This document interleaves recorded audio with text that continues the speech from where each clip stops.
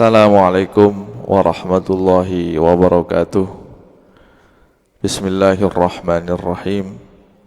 Alhamdulillahi rabbil alamin. Hamdan yuwafi ni'amahu wa yukafi'u mazidah.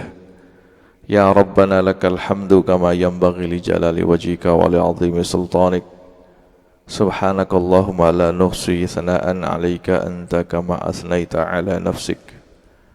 Allahumma salli wa sallim ala sayyidina Muhammadin wa ala alihi wa sahbihi wa man tabi'ahu ila yaumiddin.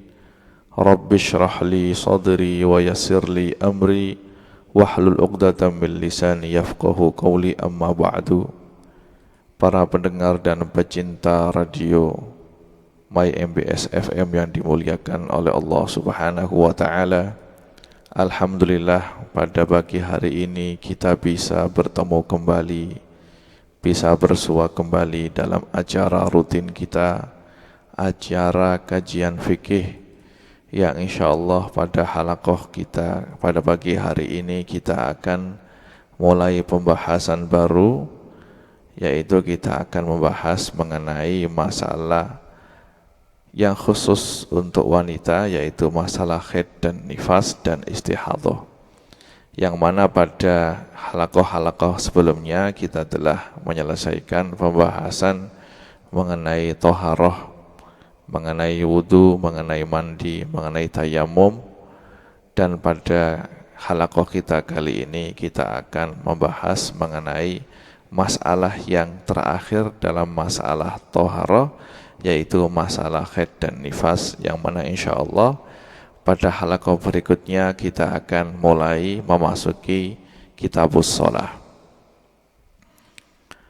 Para pendengar yang dimuliakan oleh Allah Subhanahu wa taala, mengetahui hukum-hukum atau masalah-masalah yang berhubungan dengan haid dan nifas dan istihadhah ini adalah merupakan hal yang wajib atas setiap perempuan, karena dengan mengetahui hal-hal tersebut atau karena hal-hal ini sangat erat hubungannya dengan masalah ibadah.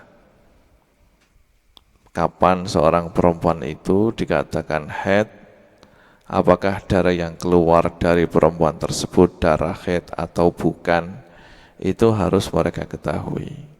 Bahkan para ulama menyebutkan wajib bagi setiap muslimah untuk faham dan mengerti masalah-masalah yang berhubungan dengan haid, wajib untuk mempelajarinya, dan boleh untuk keluar rumah untuk belajar atau mencari guru jika orang tuanya atau suaminya tidak bisa mengajarinya. Dan suami atau orang tua tidak boleh menahan anaknya atau istrinya untuk tidak keluar rumah demi belajar masalah haid dan nifas ini, karena masalah ini erat hubungannya dengan masalah ibadah. Seandainya dia melarang, maka dia wajib untuk belajar dan nantinya dia yang mengajari istrinya. Langsung saja, bismillahirrahmanirrahim. Telah disebutkan oleh para ahli fikih bahwasanya darah yang keluar dari orang perempuan itu ada 3. Yang pertama adalah darah haid, yang kedua adalah darah nifas, dan yang ketiga adalah darah istihadhah. Hanya 3 macam darah ini saja yang keluar dari seorang perempuan. Kita mulai dengan yang pertama, darah haid. Apa itu darah haid? Para ahli fikih menyebutkan darah haid adalah damun jibillatun yakhruju min rahimil mar'ati ala sabilis sihhati min ghairi sababin fi awqatin ma'lumatin. Yang artinya darah haid adalah damun jibillah. Ini adalah sifat pertama. Damun jibillah adalah yang dimaksud dengan damun jibillah, darah yang memang sudah menjadi watak adat dan kebiasaan seorang perempuan. Yang kedua, yakhruju min rahimil mar'ah. Darah ini keluar dari rahim perempuan. Ya, kalau darah tersebut tidak keluar dari rahim, maka tidak dinamakan darah haid. Misalnya keluar dari perut atau dari bagian yang lainnya, itu darah penyakit, bukan darah haid.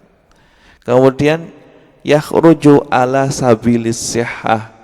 Darah ini keluar yang mana perempuan tersebut dalam keadaan sehat, tidak dalam keadaan sakit. Kalau darah yang keluar itu misalnya darah yang keluar karena sakit, maka darah itu tidak dinamakan darah haid, tapi darah istihadah. Jadi darah yang merupakan jibillah, sudah merupakan watak kebiasaan seorang perempuan, keluar dari rahim perempuan tersebut dalam keadaan sehat, fi awqatin maklumah, dan darah tersebut mempunyai waktu-waktu tertentu, ya, tidak setiap hari atau setiap waktu, tapi punya waktu khusus, ya. Kemudian asal dalil yang menerangkan darah haid ini adalah seperti dijelaskan dalam Al-Quran surat Al-Baqarah ayat 222, yaitu firman Allah Subhanahu wa taala, a'udzu billahi minasyaitonir rajim, wa yas'alunaka 'anil mahid qul huwa adzan fa'tazilun nisaa fil mahid wa la taqrabuhunna hatta yadhurna fa idza tatahharna fa'tuhunna min haitsu amarakumullah innallaha yuhibbut tawwabina wa yuhibbul mutatahhirin. Yang artinya bahwasanya yas'alunaka 'anil mahid, mereka orang-orang Yahudi bertanya kepadamu tentang masalah haid. Qul huwa adzan, katakanlah wahai Muhammad, ini khitab kepada Rasulullah, bahwasanya haid itu adalah adzan, adalah kotoran atau penyakit. Fa'tazilun nisaa fil mahid, maka jauhilah perempuan ketika mereka dalam keadaan haid. Yang dimaksud dengan jauhi di sini kok tidak dijauhi sama sekali, ya, tidak duduk bersama, bukan, tapi jangan sampai melakukan hubungan, ya. Fa'tazilun nisa, karena seperti yang dijelaskan dalam hadis, ya, yang menerangkan tentang diturunkannya ayat ini sebagaimana disebutkan oleh Imam Muslim, bahwasanya orang-orang Yahudi mereka ketika istri-istri mereka haid, maka mereka mengucilkan istri-istri mereka, tidak tinggal bersama satu rumah, tidak makan bersamanya, dan tidak dikumpuli. Maka para sahabat radhiyallahu anhum bertanya kepada Rasulullah, maka Allah menurunkan ayat ini, yas'alunaka 'anil mahid. Para sahabat tanya kepada Rasulullah mengenai haid, apakah hukum haid itu seperti apa yang telah dilakukan oleh orang-orang Yahudi? Maka Allah menjelaskan, fa'tazilun nisaa fil mahid, jangan melakukan hubungan ketika perempuan dalam keadaan haid, tapi boleh makan bersama, tidur bersama, boleh. Sehingga Rasulullah sallallahu alaihi wasallam berkata, isna'u kulla syai'in illan nikah, lakukan apa saja yang penting tidak berhubungan. Kata-kata illah nikah ini ai illal jima, ya. Maka apa aturan yang ada di Islam sangat berbeda dengan apa yang ada di agama Yahudi. Islam lebih bersifat manusiawi daripada orang Yahudi yang mereka mengucilkan perempuan ketika mereka dalam keadaan haid. Juga dalam hadis yang lain yang diriwayatkan oleh Imam Muslim diterangkan bahwasanya Sayyidina Aisyah radhiyallahu anha seringkali beliau minum dan makan bersama Rasulullah ketika beliau dalam keadaan haid. Bahkan dalam hadis yang dijelaskan oleh Imam Muslim, kuntu asyrabu ana wa ana haidun summa unawiluhun nabiyyu sallallahu alaihi wasallam summa unawiluhun nabiyya sallallahu alaihi wasallam fayadha'u fahu ala mawdhi'i fiyya fayashrab. Jadi ketika Rasulullah sallallahu alaihi wasallam duduk bersama Sayyidina Aisyah dan Sayyidina Aisyah minum, maka tempat bibir gelas yang bekas mulutnya Sayyidina Aisyah itu Rasulullah minum di situ, di tempat yang bekas bibirnya Sayyidina Aisyah. Sehingga ini menandakan bahwasannya orang haid dalam agama Islam itu seperti orang biasa, tidak ada aturan khusus, hanya tidak boleh melakukan senggama saja. Kemudian dalam hadis yang lain, misalnya dalam hadisnya Imam Muslim juga, Sayyidina Aisyah radhiyallahu anha menerangkan bahwasanya beliau dalam keadaan haid dan Rasulullah sallallahu alaihi wasallam menyandarkan kepala beliau ke pangkuan Aisyah. Jadi Rasulullah sallallahu alaihi wasallam meletakkan kepalanya di pangkuan Aisyah dan beliau membaca Quran, sedangkan Sayyidina Aisyah dalam keadaan haid. Ini menandakan bahwasanya orang yang haid, perempuan yang haid itu hukumnya seperti orang yang suci, tidak ada perbedaan antara haid dan suci kecuali dalam masalah tidak boleh sholat dan aturan yang telah dijelaskan dalam kitab-kitab fikih. Kemudian haid ini adalah merupakan sesuatu yang sudah menjadi ketentuan Allah Subhanahu wa taala atas anak cucu Adam dan merupakan sebuah ujian untuk seorang perempuan, seperti dalam hadis yang diriwayatkan oleh Sayyidina Aisyah radhiyallahu anha yang diriwayatkan oleh Imam Bukhari dan Imam Muslim, bahwasanya suatu ketika Rasulullah sallallahu alaihi wasallam mendapatkan Sayyidina Aisyah menangis pada haji wada. Baru pertama mulai haji, beliau Sayyidina Aisyah, Ummul Mukminin Aisyah radhiyallahu anha datang bulan, sehingga beliau merasa rugi, bagaimana saya bisa mengerjakan haji sedangkan saya dalam keadaan haid. Maka Rasulullah sallallahu alaihi wasallam mengatakan, kerjakan semua pekerjaan haji kecuali tawaf saja. Jadi orang yang dalam keadaan haji, meskipun dia dalam keadaan haid, dia boleh melakukan amalan-amalan haji, hanya tawaf saja yang tidak diperbolehkan. Kemudian Rasulullah mengatakan, inna hadza amrun katabahullahu ala banati Adam. Ini adalah sesuatu yang telah Allah tulis, Allah tetapkan atas anak perempuan Adam. Jadi memang haid ini adalah sesuatu yang menjadi cobaan untuk perempuan, apakah perempuan tersebut bisa sabar atau tidak. Ini adalah yang berkenaan dengan darah haid. Kemudian yang kedua adalah darah nifas. Seperti definisi yang dikemukakan oleh para ulama, nifas adalah adam al-kharij ba'da faraghir rahim minal hamli. Darah yang keluar setelah selesainya perempuan melahirkan. Jadi darah yang keluar setelah perempuan melahirkan itu dinamakan darah nifas. Adapun darah yang keluar bersamaan dengan anak itu tidak dinamakan darah nifas, atau keluar sebelum melahirkan juga tidak dinamakan darah nifas. Darah nifas itu darah yang keluar setelah anak keluar dari rahim. Ini juga termasuk dalam kategori darah nifas, misalnya orang yang keguguran, orang perempuan yang keguguran yang telah keluar dari rahimnya alaqah, segumpal darah atau segumpal daging calon jabang bayi. Kalau keguguran kemudian dikiret dan keluar segumpal darah atau segumpal daging, yaitu keguguran yang masa kehamilannya masih 4 bulan atau 5 bulan, itu juga darah yang keluar setelah keguguran ini dinamakan darah nifas, wajib untuk meninggalkan sholat.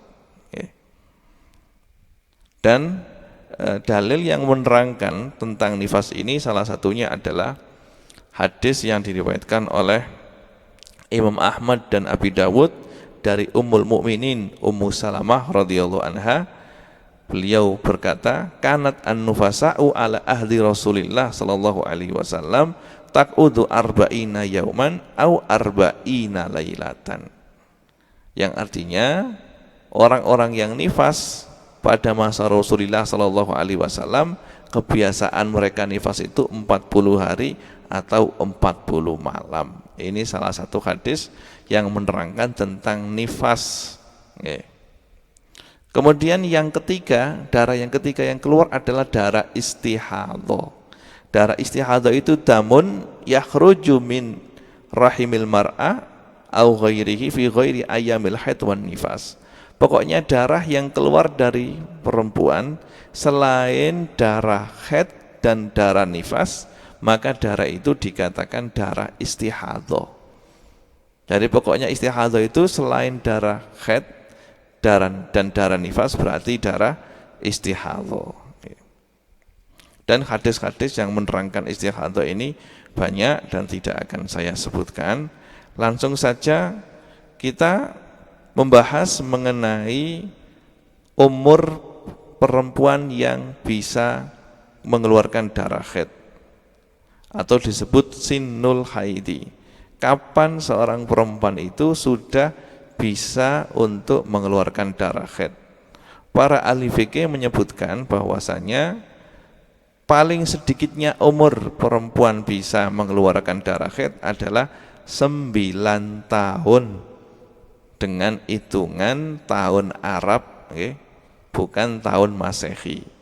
Jadi kalau ada seorang anak perempuan yang sudah genap umur 9 tahun dan mengeluarkan darah, maka darah tersebut bisa dinamakan darah haid jika sudah memenuhi syarat, yaitu darah tersebut tidak kurang dari 24 jam dan tidak melebihi 15 hari. Dan untuk ukuran 9 tahun ini adalah takribiyah. Yang dimaksud dengan takribiyah di sini tidak harus pas 9 tahun, tetapi jika anak perempuan tersebut berumur 9 tahun kurang 16 hari, kurang waktu yang cukup untuk masa haid dan masa suci, yaitu lebih atau kurang sedikit dari 16 hari, 15 hari, 14 hari ya, maka darah yang keluar sudah bisa dikatakan darah haid. Misalnya anak perempuan yang umurnya 16 tahun kurang 15 hari. Kurang 15 hari sudah mengeluarkan darah, dan darah ini berlangsung selama 3 hari. 3 hari. Selama 72 jam. Maka darah yang keluar sudah bisa dikatakan darah haid. Ya.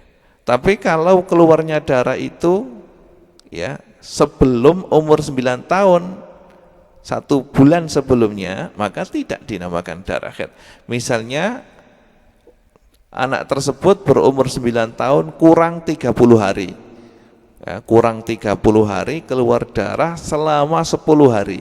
Maka darah ini tidak dinamakan darah haid ya. Jadi kalau keluarnya itu umur 9 kurang 16 hari dan lebih sedikit, maka darah itu sudah bisa dikatakan darah haid seperti penjelasan saya tadi.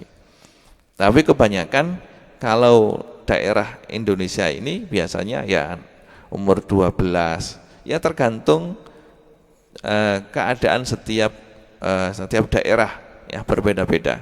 Kalau daerah yang dingin ya, daerah yang dingin itu biasanya seorang gadis mulai haid itu terlambat, bisa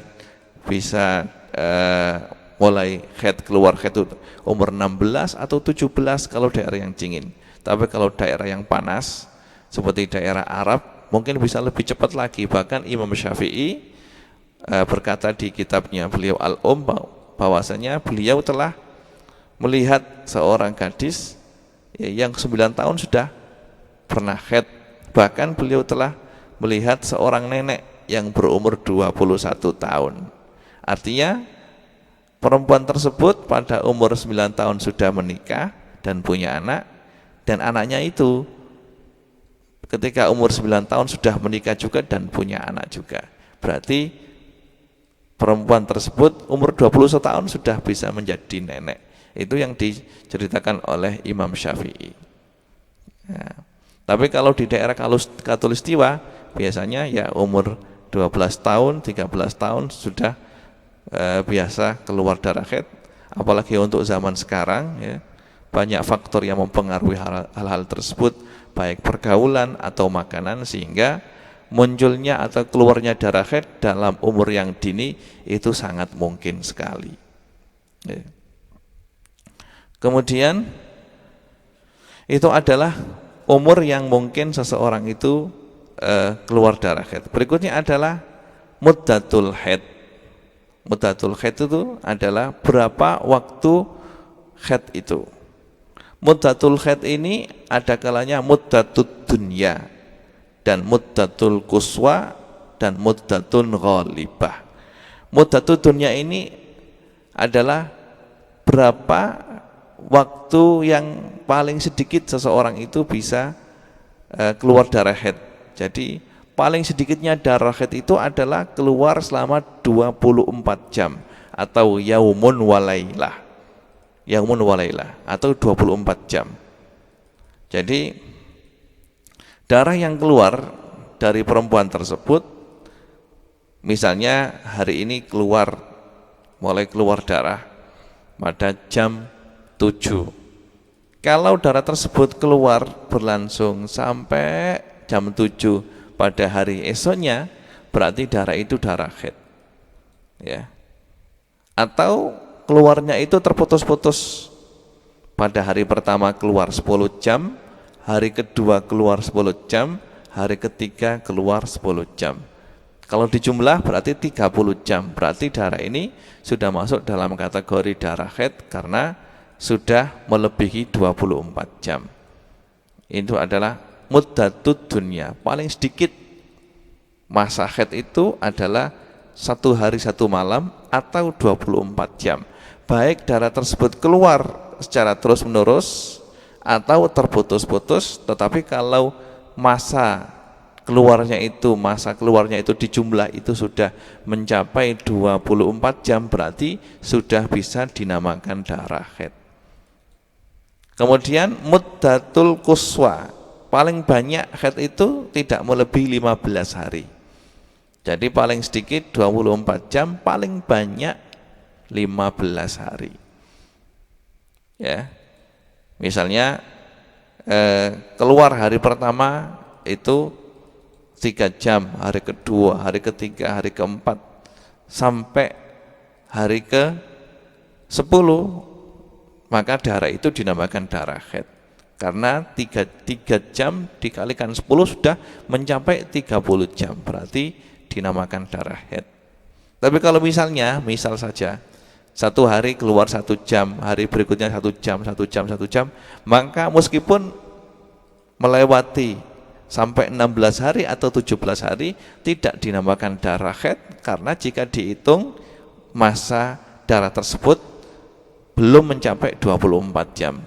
Jadi darah haid itu tidak boleh kurang dari 24 jam dan tidak boleh melewati 15 hari. Okay. Adapun ghalib, kebiasaan orang yang haid itu adalah 6 hari atau 7 hari, seperti yang diterangkan dalam hadis ya, bahwasanya ghalibul haid itu masa kebanyakan perempuan haid itu biasanya 6 hari atau 7 hari.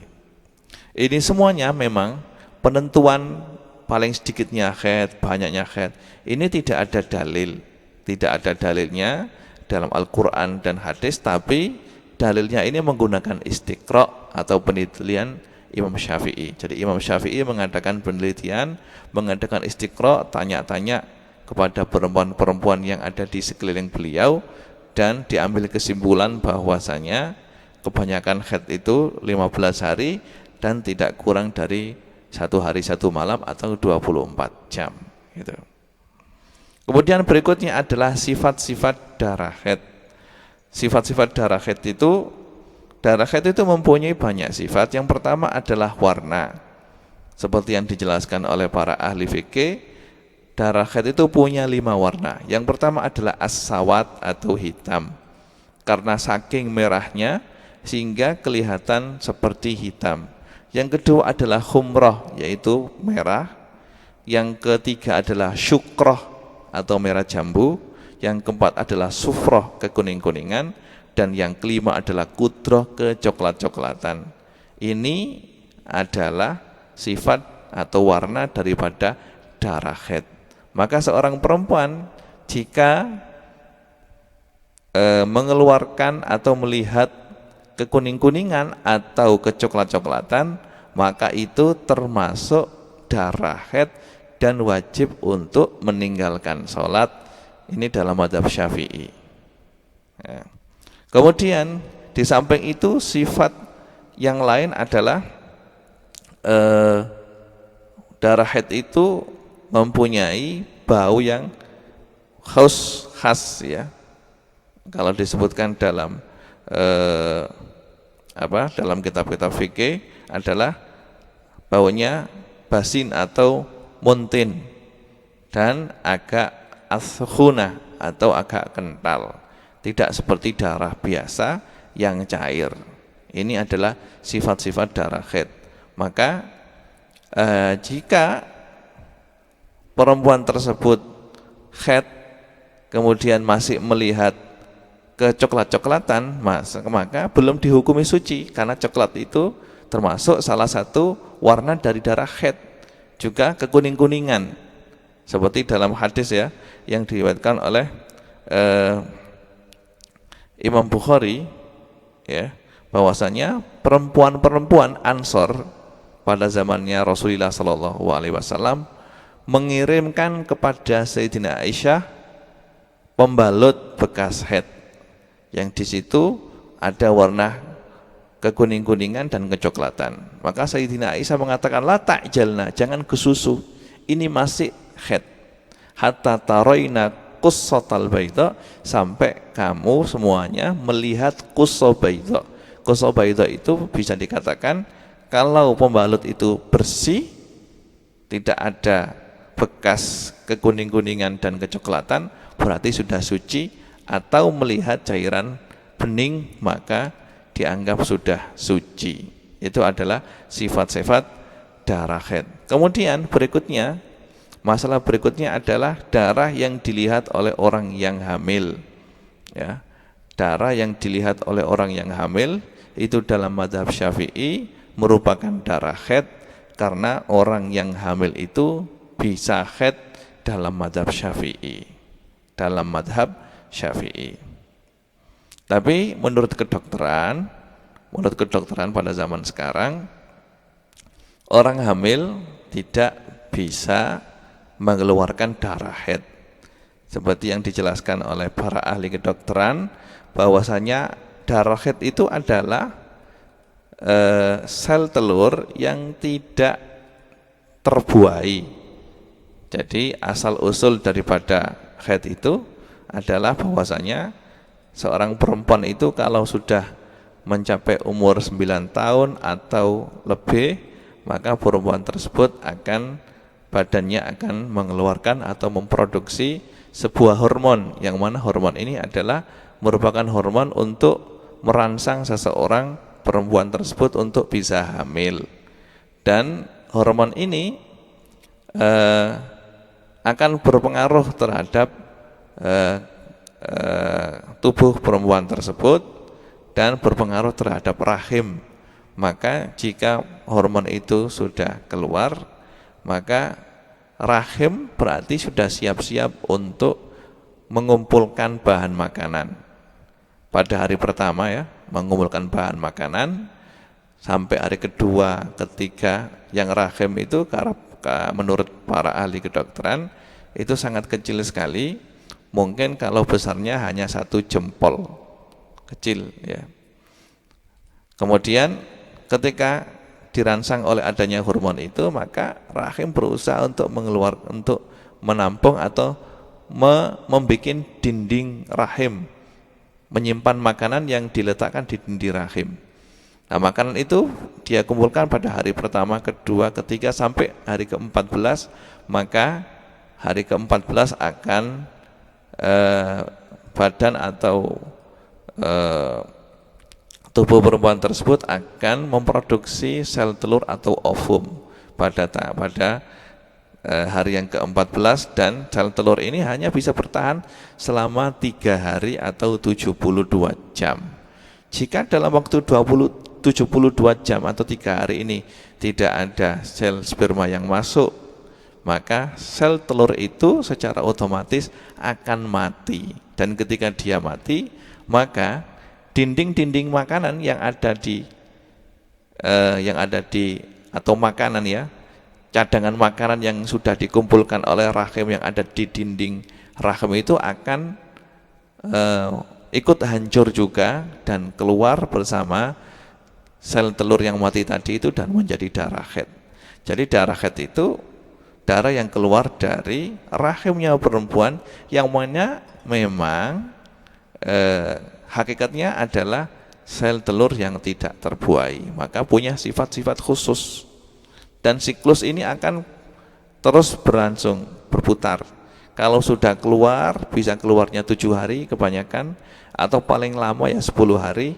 Maka setelah rahim bersih, maka rahim kalau sudah bersih mulai untuk membuat dinding sel atau dinding makanan yang mengumpulkan makanan yang ditaruh di dinding rahimnya. Begitu seterusnya setiap bulan. Yang mana siklusnya itu biasanya 30 hari seperti dalam hadisnya Rasulullah Sallallahu Alaihi Wasallam. Karena Rasulullah mengatakan seperti dalam hadisnya Hamnah yang istihadah, tahayyadi fi ilmillahi sab'an aw sitan kama tahidun nisa aw kama qala sallallahu alaihi wasallam. Jadi itu orang yang hamil kalau sel telur itu terjadi pembuahan, maka ya sudah tidak akan terjadi haid lagi, karena sel telur yang sudah dibuai akan berkembang dan akan mendapatkan suplai makanan dari rahim, dari dinding rahim, sehingga tidak akan terjadi haid lagi. Maka kalau menurut ilmu kedokteran zaman sekarang, orang yang hamil itu tidak bisa haid. Dan ini sesuai dengan fikih madhab Imam Abu Hanifah dan Imam Ahmad bin Hambal. Tapi kalau menurut Imam Syafi'i, orang hamil bisa haid, begitu juga dalam fikih Imam Ahmad bin Hambal. Dalam fikihnya Imam Malik. Maka kalau dilihat dari hasil atau penemuan kedokteran, maka lebih baik kita mengambil pendapat yang mengatakan bahwasanya orang hamil itu tidak haid. Kemudian berikutnya adalah an-naqa al-mutakhallil baina dima'ul haid. Jadi kadang-kadang orang haid itu tidak seterusnya terus keluar darah, tidak.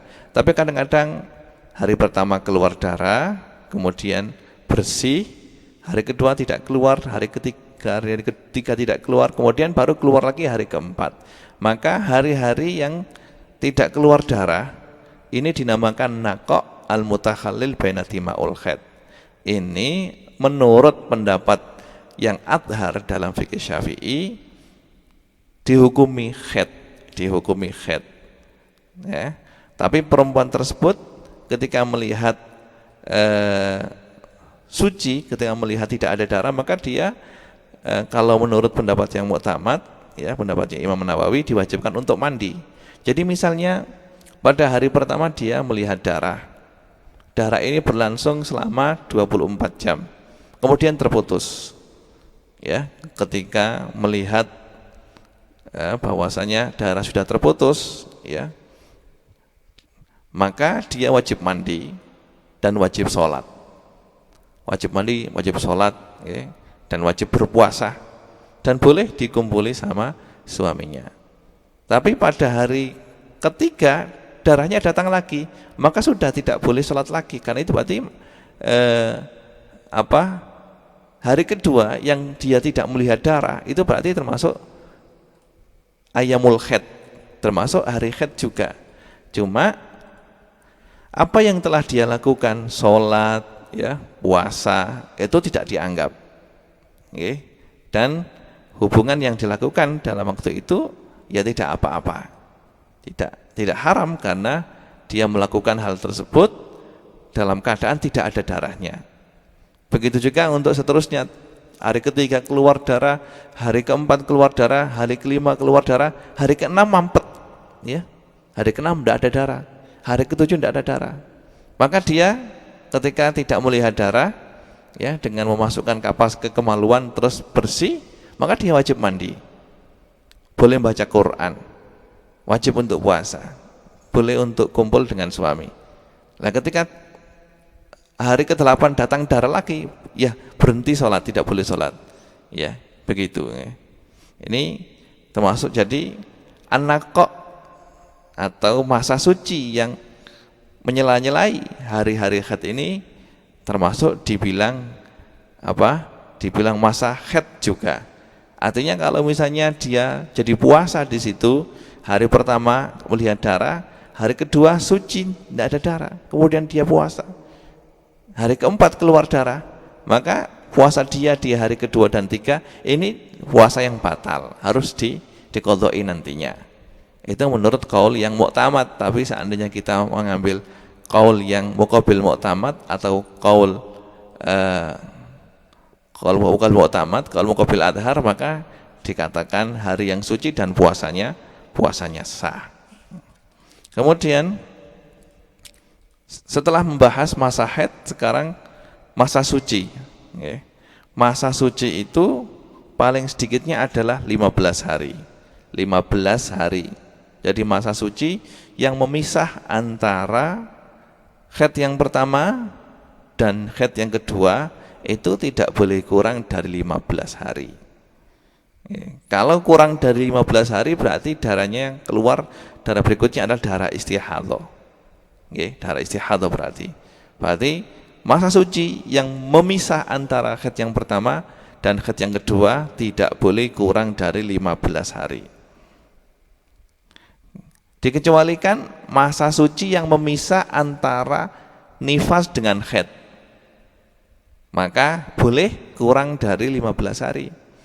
Misalnya ada perempuan yang nifas sampai hari ke-55, ya, ke-55 baru mampet selesai nifasnya. Kemudian setelah itu 10 hari keluar darah, maka darah yang keluar itu kalau memenuhi syarat-syarat darah haid maka dikategorikan darah haid, ya. Jadi suci yang memisah antara nifas dan haid itu boleh kurang dari 15 hari. Itu jika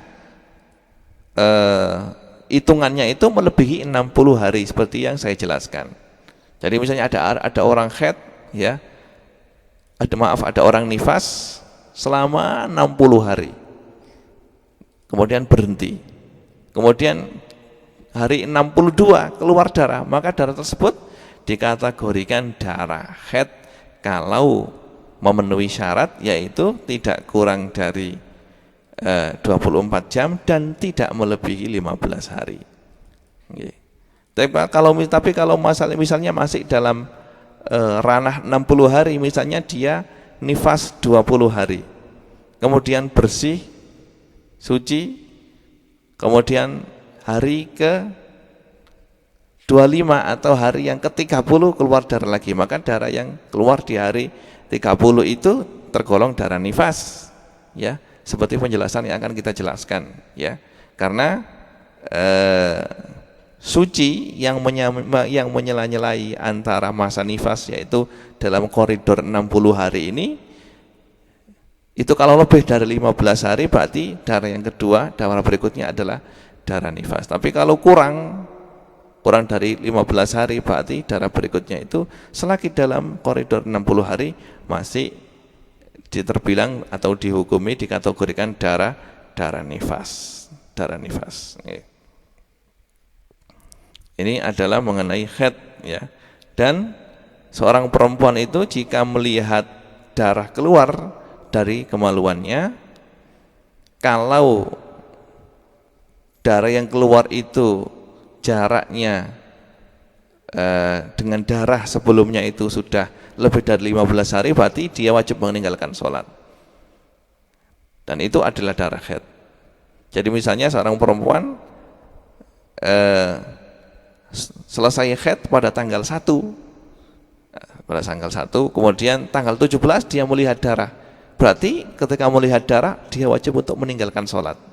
Ya, wajib untuk meninggalkan sholat selagi jarak antara darah yang sebelumnya dengan darah yang sekarang dia lihat itu lebih dari 15 hari, maka darah itu adalah darah haid, meskipun yang keluar itu warnanya tidak seperti darah biasa, hanya kecoklat-coklatan saja atau kekuningan saja seperti yang kita jelaskan tadi. Karena coklat dan kuning itu termasuk sifat dari darah haid, maka tergolong darah haid. Kalau nanti sudah memenuhi syarat maka tergolong darah haid. Terus seseorang itu dihukumi suci kalau sudah tidak melihat darah. Yaitu seperti yang kita terangkan tadi, seperti dalam hadisnya Aisyah radhiyallahu anha, yaitu jika